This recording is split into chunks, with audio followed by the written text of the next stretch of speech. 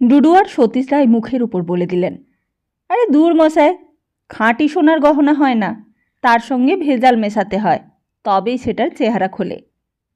তেমনি মেয়ে মানুষের স্বভাবে যদি একটু নষ্টামির ঝোঁক না থাকে, তাহলে তাকে আলুনি ছাড়া আর কিছুই ভাবতে পারবো না। কি বলো হে? নমস্কার, আমরা শুনছি সমরেশ মজুমদারের লেখা পিতা পুত্র উপাখ্যান। আসুন শুনে নিয়ে আজকের ছোট গল্পটি।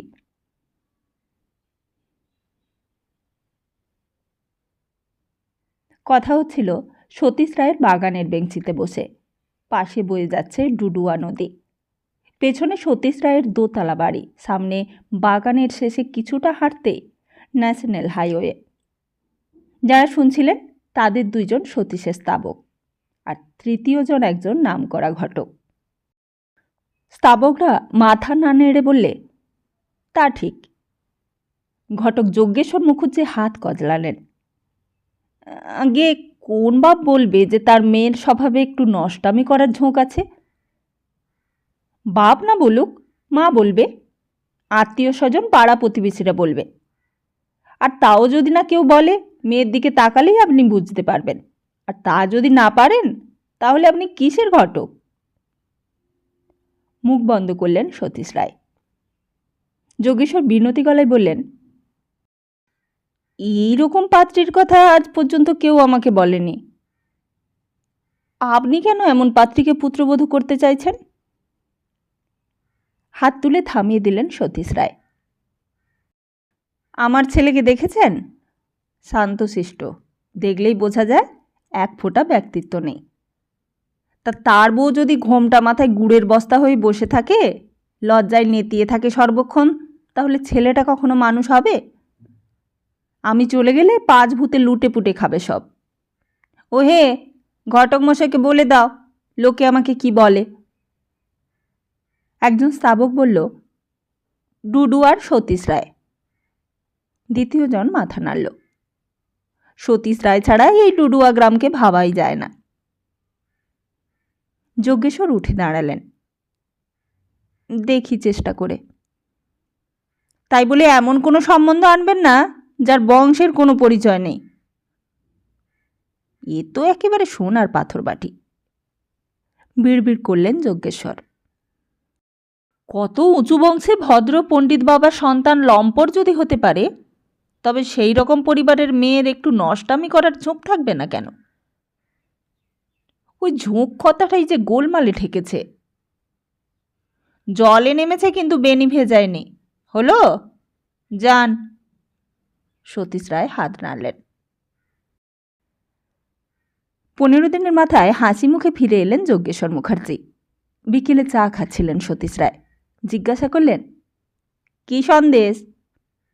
একেবারে নলের গুড়ের জল ভরা তালশাঁস। যজ্ঞেশ্বর বললেন, তাই নাকি? তাই নাকি? ওরে, কে আছিস? ঘটক মশাইকে চা দে। একেবারে আপনাদের পাল্টি ঘর, মালবাজারের হরিদাস সেনের নাতনি। কি রূপ, কি রূপ! মুখে যেন খই ফুটছে। বাপ মরা মেয়ে। হরিদাসবাবু নাতনিকে নিয়ে খুবই দুশ্চিন্তায় আছেন। 3 পাত্রপক্ষ ওর কথা শুনে কেটে পড়েছে। যজ্ঞেশ্বর জানালেন। কেন? খিস্তি খেউর করে নাকি? না না, শেষ পাত্রপক্ষ ওকে যা যা জিজ্ঞাসা করেছে তার উত্তর সবই ঠিকঠাক দিয়েছিল সে। পাত্রপক্ষ খুবই খুশি। হঠাৎই মেয়ে বলে বসল, আচ্ছা, আপনাদের ছেলে ম্যাদা মারা নয় তো? ব্যাস, দুধে চোনা পড়ল। বাহ, চমৎকার! বয়স কত? মাথা নাড়লেন সতীশ রায়। একটু বেশি, এই ধরুন 23। ধরব কেন? বার্থ সার্টিফিকেট না থাক কুষ্টি আছে তো? তা নিশ্চয়ই আছে। বেশ, ওদের বলুন ছেলেকে যদি দেখতে চায় তাহলে দিন ঠিক করে চলে আসতে। না না, ওরা ছেলে দেখতে চান না, যোগেশ্বর বললেন। কেন? হরিদাসবাবু বললেন ডুডু আর সতীশ রায়ের ছেলেকে দেখতে যাওয়ার দরকার নেই। মানে বুঝলাম না। মাথা নাড়লেন সতীশ রায়। আগে আপনার ছেলে যখন, তখন দেখার দরকার আছে বলে ওরা মনে করেন না। ওরা? এই বললেন হরিদাসবাবু কথাটা বলেছেন?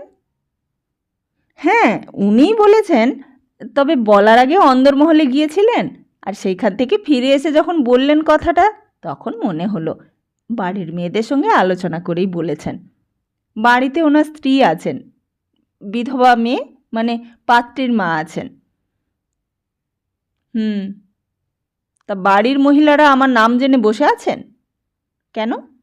আমি কি খুনি না ডাকাত? আমার চাটুকারদের আপনি হার মানালেন? যোগেশ্বর মুখার্জি নিচু গলায় জিজ্ঞাসা করলেন। তাদের আজ দেখছি না। ছেলেকে পাঠিয়েছি সদরে, উকিল বাড়িতে। সে একা যাবে না, তাই ওরা সঙ্গে গেছে। তা আমরা মেয়ে দেখব কবে? জিজ্ঞাসা করলেন সতীশ রায়। যেদিন ইচ্ছে, একদিন আগে বললেও চলবে, তবে তার আগে একটা সমস্যার সমাধান করে নিতে হবে। যোগেশ্বর হাসলেন। কি সমস্যা? আগে হরিদাসবাবু জানতে চেয়েছেন আপনার দাবি কতটা, আর সেটা তিনি দিতে পারবেন কি না। সক্ষম বোধ করলে মেয়ে দেখাবেন। দাবি? দাবি তো একটাই, মেয়ের স্বভাবে যেন একটু নষ্টামির ঝোঁক থাকে। আপনার মুখে যা শুনলাম তাতে তো দাবি পূর্ণ হয়ে গেছে। একটু চুপ করে থেকে হো হো করে হাসলেন সতীশ রায়। ম্যাদা মারা, আহা অপূর্ব। তাহলে তো হয়েই গেল। সামনের মঙ্গলবারে যাব বলে দিন। তবে পৌঁছবো বিকেলবেলায়, সন্ধ্যের আগেই চলে আসব। আমার মিষ্টি খাওয়া ডাক্তারের নিষেধে বন্ধ। তেতো চা 1 কাপ খেতে পারি। মঙ্গলবার দুপুরের পর বেশ কিছুটা সময় সাজগোজ করলেন সতীশ রায়, যাতে পাত্রের বাবার সম্মানটা বজায় থাকে। বাইরে গাড়ি, দুই স্থাপক এবং ঘটক মশাই অপেক্ষা করছেন। তৈরি হয়ে পুত্রকে ডাকলেন সতীশ রায়। সে এসে মাথা নিচু করে দাঁড়ালো। তোমার বয়স এখন কত? আগে বয়স জিজ্ঞাসা করছি। 27 বছর হতে 3 মাস দেরি আছে। আজ আমি তোমার সহধর্মিণী হবে এমন একটি মেয়েকে দেখতে যাচ্ছি। যদিও জানি তুমি বিয়ের আগে তাকে দেখতে চাইবে না, তবুও জিজ্ঞাসা করছি, তুমি কি দেখতে চাও? না না। যেন এটা ভাবাও অন্যায়, ওর কথার ধরনে মনে হলো। তোমার সঙ্গে আমার পার্থক্য কি জানো? আমি দেখতে চাইতাম। কথা শেষ করে বাইরে বেরিয়ে গাড়িতে উঠে বসলেন। স্তাবকরা এবং ঘটক চাপাচাপি করে বসল ড্রাইভারের পাশে। পেছনে সতীশ রায় একা। গাড়ি ছাড়া মাত্র 3 মাথার উপর 2 হাত তুলে ঈশ্বরকে প্রণাম জানালেন তিনি। স্তাবকরা তাই দেখে হাত জোড়ো করে নুইয়ে পড়ল। তাতে স্থান সংকুচিত হওয়ায় ঘটক বলল, আয়, কি হচ্ছে কি? ডুডুয়া থেকে মালবাজার যেতে সময় লাগলো 45 মিনিট। পথে কেউ কোনো শব্দ উচ্চারণ করেনি। মালবাজারে ঢোকার মুখে গাড়ি থামাতে বললেন সতীশ রায়। পকেট থেকে 100 টাকার নোট বের করে একজন স্তাবককে দিলেন। হরিময়রার দোকান থেকে আমার নাম করে রাজভোগ নিয়ে এসো, মাটির হাঁড়িতে করে আনবে। ঘটক বলল, আমি ভাবছিলাম। কি ভাবছিলে? সতীশ রায় জিজ্ঞাসা করলেন। একেবারে খালি হাতে যাবেন মেয়ে দেখতে? তা এখন কি ভাবছো তুমি? আমি আর কি বলবো, এই জন্যই লোকে আপনার এত সুখ্যাত করে। যোগেশ্বর মুখার্জি বিনয়ে নুয়ে পড়ল। হরিদাস সেনের বয়স হয়েছে। 1.5 বিঘে জমির ওপর বাগানওয়ালা বাড়ি। আপ্যায়ন করে বসিয়ে জিজ্ঞাসা করলেন, কি দেব বলুন? চা, কফি বা ঠান্ডা কিছু? আপনি আমার পিতৃতুল্য, দয়া করে আপনি বলবেন না। না না, এখন নয়। সব কথা শেষ হলে 1 কাপ চিনি এবং দুধ ছাড়া লিকার চা পেলেই খুশি হব। আচ্ছা বেশ। আমার এই নাতনি মেয়ের পক্ষে, জামাই মারা গিয়েছিল দুর্ঘটনায়। 3 বছর বয়স থেকেই ও আমার কাছে আছে। এখানকার স্কুলেই পড়েছে। পড়াশুনোয় তেমন ভালো নয় বলে উচ্চ মাধ্যমিকের পর আর পড়ায়নি, তবে গৃহকার্যে অতীব নিপুণা। মাথা নাড়লেন সতীশ রায়। কিছুটা দূরে বসা যজ্ঞেশ্বর মুখার্জি বললেন, সেনমশাই, এইবার নাতনিকে যদি আসতে বলেন। হরিদাসবাবু উঠে ভেতরে চলে গেলেন। ফিরে এলেন যাকে নিয়ে, সে ঠিক ডানা কাটা সুন্দরী নয়, কিন্তু খুবই সুশ্রী। পাত্রপক্ষ দেখতে এসেছে বলে তাকে সাজানো হয়েছে। গলায় পাউডারের দাগ, চুল বেশ সময় নিয়ে বাঁধা, তাতে তাকে একটু আড়ষ্ট লাগছে। হরিদাস সেন বললেন, প্রণাম করো ওনাকে। মেয়েটি দাঁড়িয়ে দেখছিল। সতীশ রায় বললেন, থাক থাক, প্রণাম করতে হবে না। কি নাম তোমার? সুরঞ্জনা। সুরঞ্জনা, তুমি ভেতরে যাও, ভালো করে মুখ ধুয়ে বাড়ির শাড়ি পরে খোলা চুলে চটপট চলে এসো। সতীশ রায় বলা মাত্রই মেয়েটি ছুটল ভেতরে। হরিদাস সেন বললেন, আগে ওর গায়ের রং কিন্তু ধুলে ওই একই রকম দেখাবে। আমি সেই সন্দেহে ধুয়ে আসতে বলিনি, ও সেজে কুজে সহজ হতে পারেনি বলেই বললাম। তা মেয়ের বাবার নাম কি ছিল? জগন্নাথ বর্মন, শিলিগুড়িতে চাকরি করত। যাগে, আপনার ডুডুয়াতে আমার এক ভাইপুর বাড়ি ছিল, সে সব কিছু বিক্রি করে কুচবিহারে চলে গেছে। মধুর কথা বলছেন? মধুসূদন সেন? বাহ, মধুকে আপনি চেনেন? চিনব না? ওর জমি বাড়ি তো আমি বিক্রি করিয়ে দিয়েছি। আমি কখনো যাইনি, কিন্তু আমার স্ত্রী এবং কন্যা ওনার বাড়িতে মাসখানেক ছিল। তা সে অনেক দিন আগেকার কথা। কথাটা শুনে ভাঁজ পড়ল সতীশ রায়ের কপালে, কিন্তু তিনি মুখ খোলার আগে সুরঞ্জনা ফিরে এলো। এখন তাকে খুব স্বাভাবিক দেখাচ্ছে। সতীশ রায় বললেন, বাহ, বসো। রান্নায় কষে ঝাল দিতে পারবে? ফিক করে হেসে ফেলল সুরঞ্জনা। কেন পারবো না? তুমি কি পড়েছ, কি পারো তা তোমার দাদু বলেছেন, কিন্তু আমি তোমাকে অন্য প্রশ্ন করছি। তার আগে বলো, আমি কেন এসেছি? আমি কেমন দেখতে তাই। ভেতর থেকে স্ত্রী কণ্ঠ ভেসে এলো, পা দোলাবি না। পা স্থির হলো। সতীশ রায় হাসলেন। বাইরে থেকে কি করে বুঝবো তুমি কীরকম? তাই তো ভাবছিলাম। বাহ, আচ্ছা, তুমি গালাগালি করতে জানো? উমা, তা কে না জানে। বেশ, তা তুমি কি কি গালাগাল জানো? সুরঞ্জনা তার দাদুর দিকে তাকালো। বৃদ্ধ অস্বস্তিতে পড়ছেন দেখে যজ্ঞেশ্বর মুখার্জি বললেন, আসুন সেন মশাই, আমরা বাইরে গিয়ে বসি। হরিদাস সেন যেন রক্ষা পেলেন। ওরা বেরিয়ে গেলে সুরঞ্জনা জিজ্ঞাসা করল, সত্যি বলবো? হ্যাঁ। চোখ বন্ধ করে মনে করল সুরঞ্জনা, তারপর বলল, উল্লুক, অসভ্য, ঠ্যামনা, মাকাল। আমি তো মেয়ে, তাই শালা বললি না। ভেতরের দরজায় শব্দ হলো। ঠিক কথা, আর একটা শব্দ, ম্যাদামারা, বলো না? সতীশ রায় তাকালেন। হ্যাঁ, মাঝে মাঝে। আমি কে জানো? ডুডু আর সতীশ রায়। এটা কে বলেছেন তোমাকে? তোমার দাদু? না, মা। মা যখন ছোট ছিল তখন দিদার সঙ্গে এক মামার বাড়িতে গিয়েছিল ডুডুয়ায়, তখন আপনাকে দেখেছিল। এইবার মনে পড়ে গেল, তোমার মায়ের নাম কি শিউলি? উমা, আপনার মনে আছে? হুম। তিনি কি একবার এখানে আসতে পারবেন? মা, চেঁচিয়ে উঠল মেয়ে, তোমাকে উনি ডাকছেন। চিৎকার শুনে হরিদাস সেন আর যজ্ঞেশ্বর ঘরে ঢুকলেন। তারপর মাথায় ঘোমটা দেওয়া সাদা শাড়ি পরা যেই মহিলা ভেতরের ঘর থেকে বেরিয়ে এলেন, তার ফাঁক থেকে চিবুক দেখা যাচ্ছে। সতীশ রায় উঠে দাঁড়ালেন, হাত জোড়ো করে বললেন, আপনার মেয়েকে আমার পুত্রবধূ করে নিয়ে যেতে চাই, সম্মতি দেবেন? আপনি তো মাকে তুমি বলতেন। মা বলেছে। আহ, কথা না বলে পারো না? সব কথা সবার মনে থাকে না। চাপা স্বরে বললেন মহিলা। আপনার বাড়িতেও গেলে এই প্রথম মনে হবে ভগবান আছেন। বাড়ি ফিরতে সন্ধে পেরিয়ে গেল।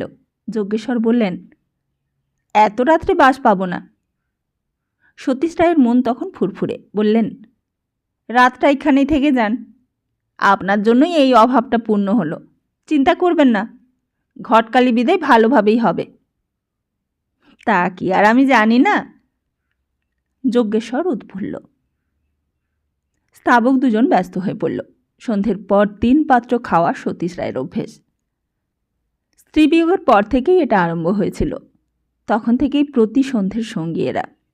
তবে 2 রকম বোতল থাকে, সতীশ রায়ের জন্য দামি বোতল আর ওদের জন্য সস্তার।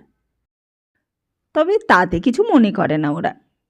যজ্ঞেশ্বর পান করেন না। চা খেতে খেতে বললেন, মেয়েটিকে কেমন লাগলো? আপনি কি মাকাল, ঢ্যামনা না মাদামারা? এই বলে হো হো হাসিতে ভেঙে পড়লেন সতীশ রায়। তার হাসিতে গলা মেলালো স্তাবকরাও। সতীশ রায় বললেন, বিয়ের দিন কি ঠিক করতে বলতাম পছন্দ না হলে?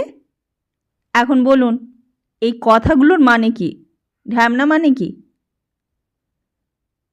বদমায়েশ লোক, কিন্তু ঢং করে থাকে। যজ্ঞেশ্বর বলল, মাকাল? ওপরটা সুন্দর, ভেতরটা নয়। মাদামারা? ঠিক বলতে পারবো না। দেখতে চান? আয়, ছোটবাবুকে পাঠিয়ে দে। আমার পুত্র আসছে, ওকে দেখলেই বুঝবেন মাদামারা কাকে বলে। এই বাড়িতে বৌমা এলে তবে যদি ওর চরিত্র বদলায়। সতীশ রায় বললেন। একজন কর্মচারী বললেন, ছোটবাবু বাড়িতে নেই। নেই? এত রাত্রে তো সে বাইরে থাকা ছেলে নয়।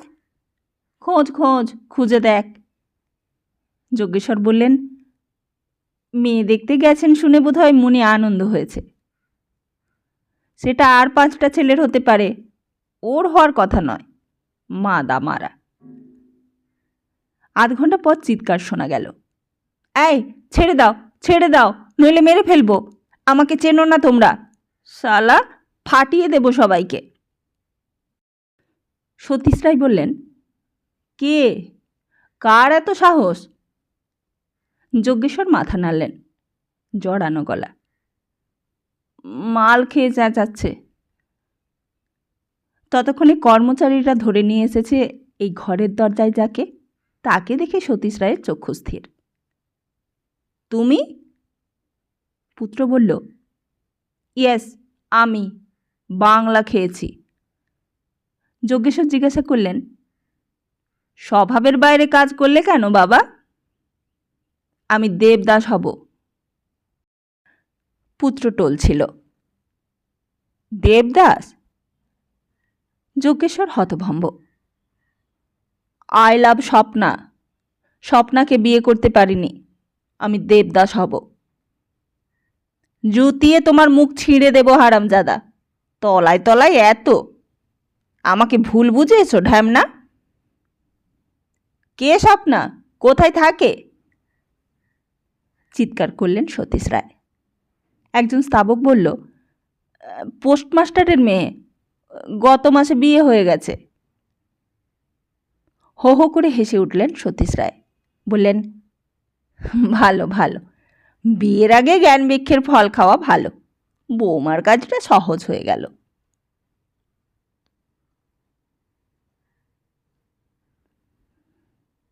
আমরা শুনছিলাম সমরেশ মজুমদারের ছোট গল্প পিতা পুত্র উপাখ্যান। আমার গল্প পাঠ যদি আপনাদের পছন্দ হয়, চ্যানেলটিকে সাবস্ক্রাইব করে পাশে থাকুন। কমেন্ট করে জানান গল্পটি কেমন লাগলো। ভালো লাগলে লাইক, শেয়ার, সাবস্ক্রাইব করতে ভুলবেন না। খুব শীঘ্রই আসছি আরেকটি নতুন গল্প নিয়ে। ততদিন ভালো থাকুন, সুস্থ থাকুন আর সবাইকে ভালো রাখুন। নমস্কার।